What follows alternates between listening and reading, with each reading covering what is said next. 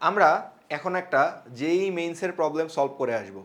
এটা তোমাদেরকে পড়ানোর উদ্দেশ্য এবং রিজন দুটোই হচ্ছে যেটা বাংলাদেশের কারিকুলামের লেভেলের সাথে একদম ম্যাচ করে যায়। তো আসো আমরা দেখি যে এই প্রবলেমটা কি বলছে। Two identical metallic charged spheres of 1.5 gram per cubic centimeter density are hung by strings of same length and made by same element. এর মানে কি,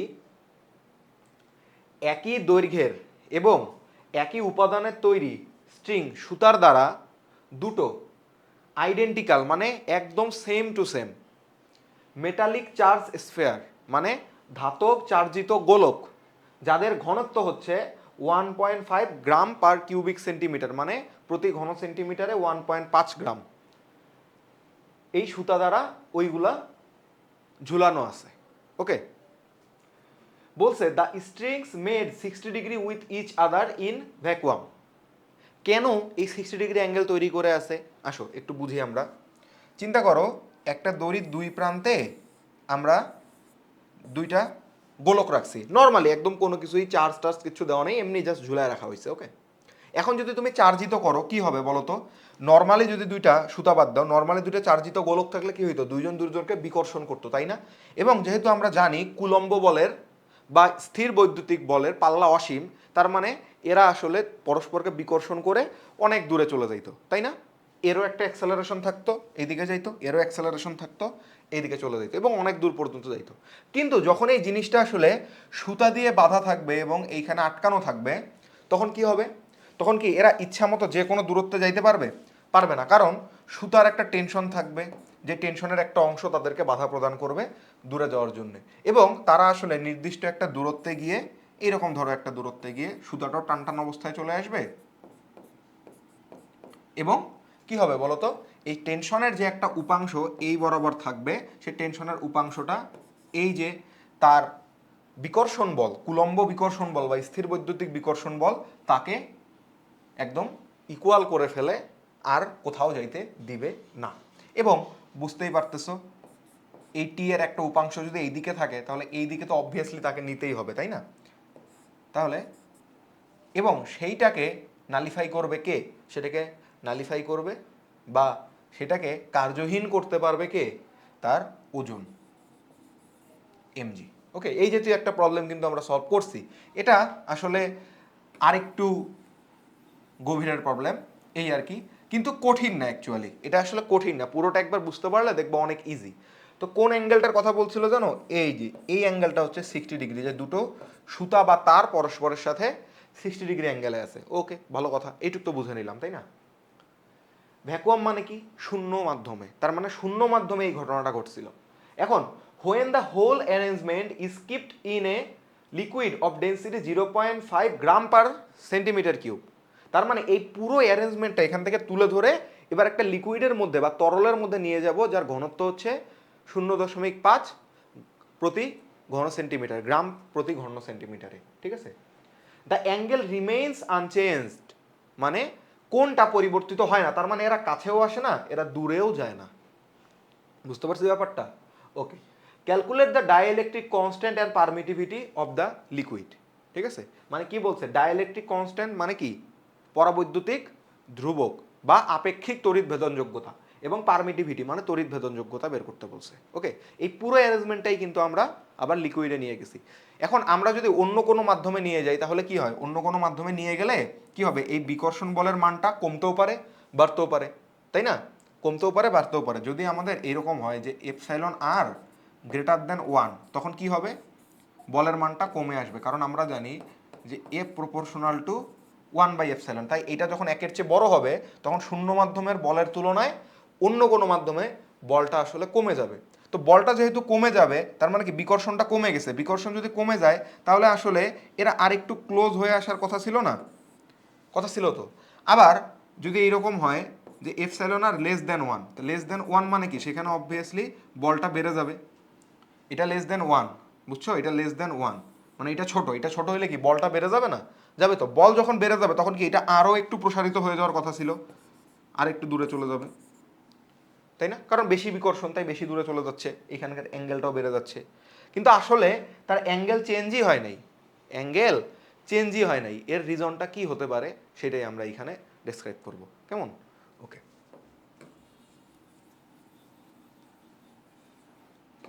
আচ্ছা, এখানে আমি চিত্র এঁকে রাখছি যাতে আমাদের আঁকার জন্য সময়টা নষ্ট না হয়। ঠিক আছে, দেখো পুরো আমি যেটা যেটা তোমাদেরকে বললাম ওই সেম ঘটনাটাই। ওই যে উপর থেকে ঝুলানো আছে দুইটা বল, ঠিক আছে, মানে মেটালিক চার্জ স্ফেয়ার্স, এবং এরা আমরা বিন্দু বস্তু হিসেবে ট্রিট করতেছি এদেরকে।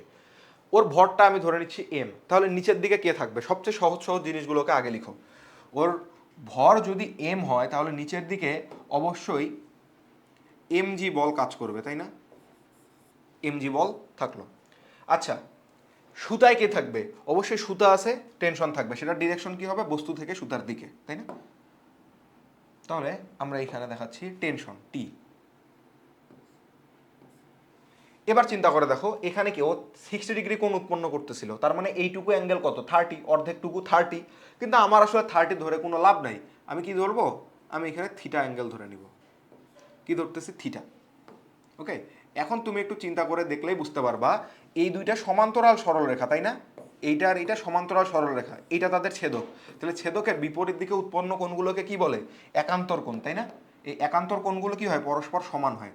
তাই এই অ্যাঙ্গেলটা অবভিয়াসলি আমাদের হবে থিটা। ঠিক আছে, আচ্ছা, তাহলে এই অ্যাঙ্গেলটা যদি থিটা হয়, এবার চিন্তা করো থিটাটা হচ্ছে না কেন লেখা? থিটা এই দিকে আছে টি, তাহলে টি এর থিটা বরাবর উপাংশ কত বলো তো? টি এর থিটা বরাবর উপাংশ হবে কি? T cos theta. তাই আমরা এখানে লিখতে পারি এইটাকে টি কস থিটা। আবার যেই দিকে টি কস থিটা নিছি তার সরাসরি লম্ব দিকে কে থাকবে? টি সাইন থিটা, তাই না? তাহলে এই দিকে থাকতেছে কে? টি সাইন থিটা। আর এই দিক বরাবর কে থাকবে বাবা? এই দিক বরাবর বিকর্ষণ বলটা। দুইটা একটা লাইনে আছে না, তাহলে ওই লাইন বরাবর কোনো উপাংশ টুপাংশ কিচ্ছু নাই, একদম সরাসরি বিকর্ষণ বলটা। যেহেতু এটা শূন্য মাধ্যমে,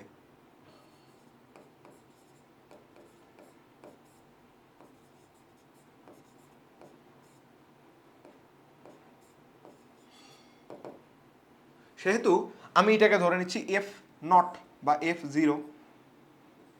অসুবিধা আছে কোনো? নাই। এখন আমরা বলতেছি কি এটা সাম্যাবস্থায় আছে। সাম্যাবস্থায় কি? উপরের বল নিচের বল সমান, ডানের বল বায়ের বল সমান। ওকে, তাহলে এখন শুধু ইকুয়েশনটা লিখো। ইকুয়েশন কি? আসো সুন্দর করে, উপরের বাঁ দিকের বল ডান দিকের বল সমান, তার মানে কি কি বলা যাবে? টি সাইন থিটা ইকুয়াল টু হচ্ছে আমাদের এফ নট। ঠিক আছে, আবার উপরের বল নিচের বল সমান, তাহলে কি? টি কস থিটা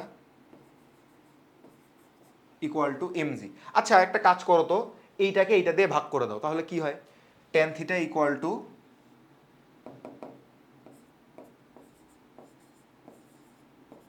কি আসে বলো তো? এফ নট বাই এমজি, তাই না? টি টি বাদ যাবে, আর sine theta by cos theta মানে টেন থিটা। ওকে, এইটা আমাদের জানা থাকলো আপাতত। কেমন? এরপরে আসো, এইবার যখন আমি এই পুরো অ্যারেঞ্জমেন্টটা বা পুরো সেটআপটাকে এই যে দেখো একটা লিকুইডের মধ্যে নিয়ে গেছি, সেই অবস্থায় যাওয়ার পর কি হবে? এই অবস্থায় গেলে সুতার টেনশন টি আছে। এবার যেহেতু দুইটা আলাদা আলাদা অ্যারেঞ্জমেন্ট, আমি ধরে নিচ্ছি যে সুতার টেনশন আলাদা, বাই ডিফল্ট ধরে নিচ্ছি। ঠিক আছে, হবে কি না সেটা আমি পরে এক্সপ্লেন করব। ঠিক আছে, দেখো এখানে আমরা এটাকে বলে দিচ্ছি টি প্রাইম। এবার খেয়াল করো, বলছে কি অ্যাঙ্গেল রিমেইনস আনচেঞ্জড। এই যে মানে কি? কোণের পরিবর্তন হয় নাই। তাহলে এই অ্যাঙ্গেলটাকে থিটা প্রাইম ধরার কোনো রিজন আছে? নো, থিটা থিটাই হবে। এইখানেও যা অ্যাঙ্গেল এখানেও তাই অ্যাঙ্গেল হবে, থিটা। তাহলে এই বরাবর কে থাকবে বলো তো আমাকে? এই বরাবর থাকবে টি প্রাইম। টি প্রাইম যেহেতু এইটা থিটা হইলে এইটাও থিটা হবে, তো এটা হবে টি প্রাইম কস থিটা। আর এই বরাবর কে থাকবে বলো তো? টি প্রাইম সাইন থিটা, তাই তো? আচ্ছা, এই দিক বরাবর এবার কে থাকবে? ওই যে বিকর্ষণ বলটাই। কিন্তু বিকর্ষণ বলটাকে আমরা এবার আর কি বলবো না বলতো? বিকর্ষণ বলটাকে আমরা এফ নট বলতে পারবো না, আমরা কি বলবো এবার? শুধু এফ বলবো। কারণ অবশ্যই যেহেতু মাধ্যম বা মিডিয়ামটা চেঞ্জ হয়েছে, সেহেতু অবশ্যই এখানে বলের মানটা পরিবর্তন হয়ে যাবে, তাই তো নাকি? আচ্ছা, তাহলে এখানে আমরা বলতেছি শুধু এফ, শুধু এফ। ওকে, তাহলে এখন কি উপরের বল নিচের বল সমান, ডানের বল বায়ের বল সমান, এই তো। তাহলে আমরা এখানে কি লিখবো, এখানে নিচের দিকে যে এমজি আছে এটা তো সত্য, তাই না?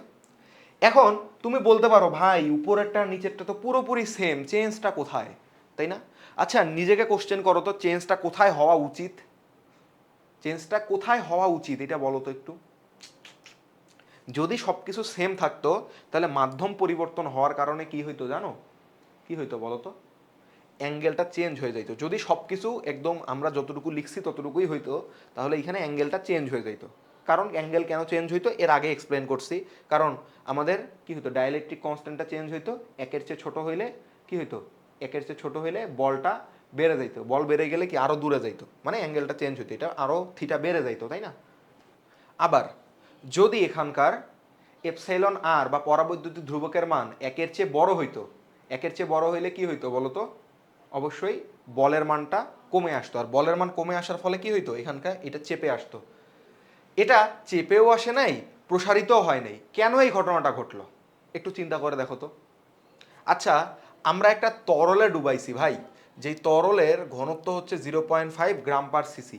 আচ্ছা এইটা কি তোমাদের মনে নাই যে একটা বস্তুকে যখন তরলের মধ্যে ডুবানো হয় তখন তরলের বা প্রবাহী পদার্থের একটা ধর্মই হচ্ছে ওই বস্তুটার যেদিকে ডুবানো হচ্ছে বা যেখানে ছেড়ে দেওয়া হইলো সে সেখানে ডুবতে দিতে চাবে না, সে কি করবে, সে তাকে উপরের দিকে বল প্রয়োগ করবে। এটার নাম কি ছিল বলতো? প্লোবতা বা বিউএনসি। মনে নাই এটা? 9-10-এ কিন্তু এটা প্রচুর পড়া হয়েছে। যদি এখন বলো যে না আমি এটা জানি না তাহলে কিন্তু একেবারে ফাটাফাটি মাইর হবে। দেখো এই হচ্ছে তরল, এই তরলের মধ্যে আমি একটা বস্তুকে রাখলাম, ঠিক আছে, ডুবানোর চেষ্টা করতেছি অথবা অ্যাজ ইট ইজ জাস্ট ওরা ড্রপ করছি, কি হবে,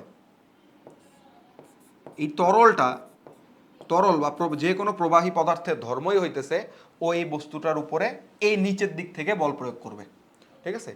এটাকে বলা হয়তো বিউএনসি বা আপথ্রাস্ট, আপথ্রাস্ট বা মানে ঊর্ধ্বমুখী বল তাই আপথ্রাস্ট, ওকে। আর এটাকে বিউএনসি বা বলা হয় প্লবতা। এবং প্লবতাটা কিভাবে আসতো বলো তো? আমরা কি জানি, একটা বস্তুকে তরলে আংশিক বা সম্পূর্ণ নিমজ্জিত করলে মানে ডুবানো হইলে সেটা নিজের আয়তনের সমপরিমাণ তরল অপসারণ করবে। তার মানে তুমি যে এইখানে ডুবাইলা ও যতটুকু আয়তন দখল করলো সে ততটুকু পানি সরায় ফেলবে এইখান থেকে, তাই না? ততটুকু আয়তনের পানি সরায় ফেলবে।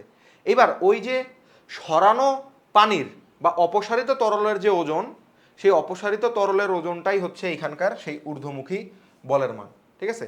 এখন আমি তো পুরোপুরি ডুবাই দিছি, তাই না? তাহলে পুরোপুরি ডুবাই দিলে কি ও এরকম হয়ে গেছে। এখন সে নিজের ভি আয়তনের সমপরিমাণ পানি অপসারণ করছে, তাই না? ভি আয়তনের সমপরিমাণ পানি অপসারণ করছে তো নাকি? আচ্ছা, তো এই সমপরিমাণ পানি যদি অপসারণ করে তাহলে এতটুকু পানির ভর কত হবে? আমি পানির ভর ধরতেছি এম ওয়াটার ইন্টু জি, ওজন। পানির ভর হচ্ছে এম ওয়াটার, সাথে আমার কি হবে, ওজনটা লাগবে। ওজনের সমপরিমাণ অপসারিত তরলের ওজনের সমপরিমাণ মানটাই হয় আসলে প্লবতার মান, ওকে। আচ্ছা এখন খেয়াল করে দেখো, এই এম ডাব্লু এটাকে কি আমরা কি জানি, রো ইকুয়াল টু কি এম বাই ভি, তাই না? তাহলে আমরা বলো তো এই এম কে কি লেখা যায়, M equal to V into rho লেখা যাবে না? যাবে। এই রোটা কার রো? আমি কি বলতেছি বাবা, এটা হচ্ছে পানির ভর, তার মানে এই ঘনত্বটা অবশ্যই পানির ঘনত্ব বা যে কোনো তরলের ঘনত্ব, যেই তরলে ডুবানো হচ্ছে তার ঘনত্ব। আর এই ভিটা কি, ভিটা একই সাথে বলা যাবে ভিটা যে লিকুইডটা সরাইছো সেই লিকুইডের আয়তন, কিংবা এইটাই তো ইকুয়াল আসলে ভি যেই বডিটা ডুবাচ্ছ সেই বডিটার আয়তন, মানে বস্তুর আয়তন, তাই না? তাহলে আমরা আসলে কি বলতে পারি, বস্তুর আয়তন আর অপসারিত তরলের ওজন সমান। তাই এখান থেকে আমরা সরাসরি প্লবতাকে বলে দিতে পারি কি ভি, ভি এই রো লিকুইড ইন্টু জি, তাই তো নাকি? আচ্ছা তাহলে এখন আসো আমরা কি জানতাম যে এইটার রো কত। আচ্ছা ওটা তো লেখার দরকার নাই, আমরা এইখানে দেখি যে এইখানে কি আসবে, এইখানে আসবে হচ্ছে আমাদের সেই আপথ্রাস্ট ফোর্সটা উপরের দিকে যেহেতু প্রয়োগ করতেছে সেই তরলটা, এই তরলটা উপরের দিকে প্রয়োগ করতেছে। এখন আসো ডানের বল বায়ের বল সমান, উপরের বল নিচের বল সমান, এই কাজটা করো দেখি কি আসবে বলো। এখান থেকে আসবে T prime sine theta equal to F,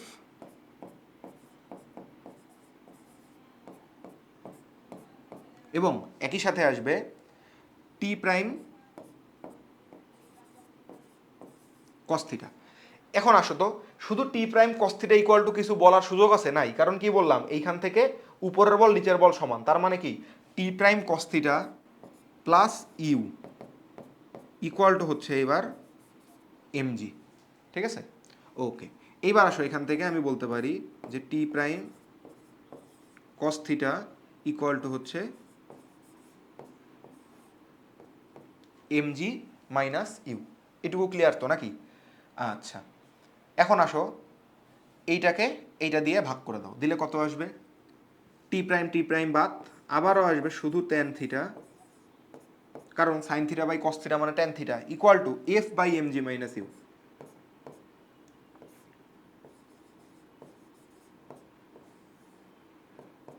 minus U. এবার আসো তো, আমি ইউকে কি বলতে পারি?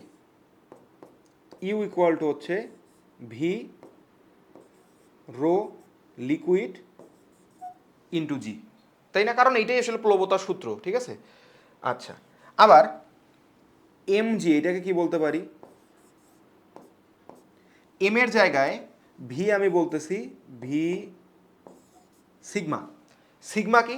সিগমা হচ্ছে এবার বস্তুর ঘনত্ব বলতেছে, অর্থাৎ এই যে 1.5 যেটা দেখতেছো এইটা সিগমা, আমি বলতেছি বস্তুর ঘনত্ব। ওকে, এই দুইটা জিনিস আইডেন্টিফাই করতে হবে। আমরা এটাকেও ভিরোজি লিখতে পারতাম, তুমি এখানে রো বডি বলে দাও, রো বডি বলে দাও, কোনো সমস্যা নেই। ঠিক আছে, আচ্ছা, তাহলে শুধু রো দাও বা সিগমা দাও, কোনো সমস্যা নেই, তোমার যেটা ইচ্ছে দিতে পারো। সিগমা ইন্টু জি। ঠিক আছে, এখন তাহলে আসো, আমরা দুই জায়গায় ট্যান থিটা তো সেম জিনিস আছে, তাই না? ট্যান থিটাটা সেম আছে, তাহলে ট্যান থিটা যদি সেম থাকে, তুমি তাহলে কিন্তু ইজিলি বলে দিতে পারবা যে F naught by M G equal to F by M G minus U. ঠিক তো নাকি? আচ্ছা, তাহলে এটা লিখে দাও।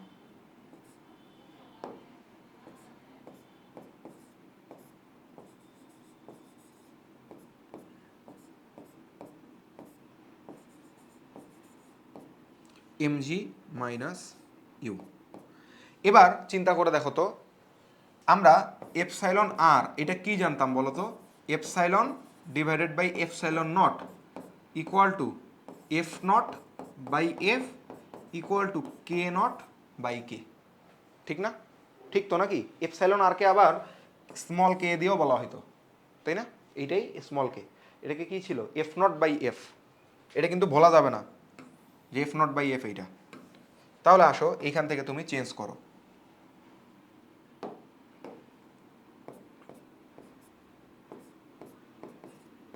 F naught by F equal to M G divided by M G minus you.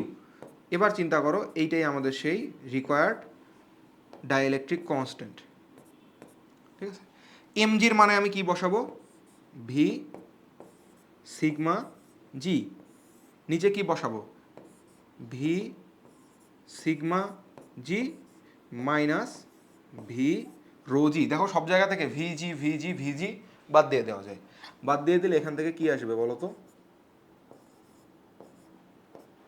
সুন্দর করে খেয়াল করো, এখান থেকে থাকবে শুধু sigma divided by sigma minus rho, sigma minus rho. এইবার শুধু মানটা বসায় দাও এখানে, মানটা যদি বসায় দাও তাহলে কি আসবে বলো দেখি?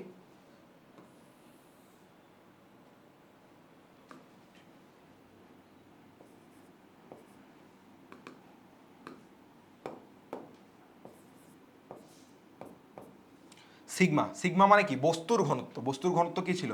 1.5 গ্রাম পার সিসি। এসআই ইউনিটে নেওয়া লাগবে না, কারণ আসলে উপরে নিচে সেম ইউনিটগুলো তো কাটাকাটি চলে যাবে। তাহলে এখানে তারপরে কি হবে? সিগমা মাইনাস রো মানে 1.5, রো কত? বস্তু না, তরলের ঘনত্ব 0.5। তাহলে এখান থেকে কি বলা যায় দেখো তো? 1.5 ডিভাইডেড বাই 1, তার মানে আমাদের পরাবৈদ্যুতিক ধ্রুবকের মান হচ্ছে 1.5 এটার তো কোনো ইউনিট হয় না, তাই না? আপেক্ষিক তড়িৎ ভেদনযোগ্যতার কোনো ইউনিট হয় না, কিন্তু তড়িৎ ভেদনযোগ্যতার ইউনিট হয়। এখন তাহলে আসো পারমিটিভিটি মানে তড়িৎ ভেদনযোগ্যতা বের করতে বলছে। তাহলে অতএব এপসাইলন ইকুয়াল টু কত হবে? Epsilon R into epsilon naught. তার মানে এটা আসবে 1.5 into 8.854 into 10⁻⁻12 coulomb square per newton per metre square. এখন এইটুকু ক্যালকুলেট করে যা আসলো তোমরা নিজেরা বের করে নিও এইটুকু, ঠিক আছে? আচ্ছা, তো এইটুকুই হচ্ছে আমাদের আনসার, এটা ক্যালকুলেট করে নিও তোমরা। কনসেপ্টটা বোঝাটা আমাদের মেইন কনসার্ন, ঠিক আছে? আর টেনশন যে আলাদা হবে সেটা তো বোঝাই যায়। কেন টেনশন আলাদা হবে দেখো তো, এখান থেকে T prime cos theta equal to হচ্ছে এমজি মাইনাস ইউ, আর এখানে টি কস থিটা হচ্ছে শুধু এমজি। তাহলে কোথায় টেনশন বেশি হবে বলো তো? এইখানে দেখো তো কস থিটা তো সেম আছে, তাই তুমি যখন কস থিটা দ্বারা এটাকে ভাগ করবে, একটা ছোট মানকে কিছু দিয়ে ভাগ করতেছো, এটা কি এমজি থেকে কিছু বাদ দিছো, মানে কি মানটা ছোট হয়ে আসছে, মানটা ছোট হয়ে আসছে, তারপর একটা জিনিস দিয়ে ভাগ দিচ্ছ, তাই না? তো ছোট মানকে ভাগ দিলে কি হবে? ভগ্নাংশের হর সেম, লব এইটার ছোট, যার লব ছোট সে ছোট না, তার মানে কি এখানকার টেনশনটা আসলে কম হবে সুতায়। ওকে ওকে, তাহলে আশা করি এই বিষয়টা তোমাদের একদম ক্লিয়ার।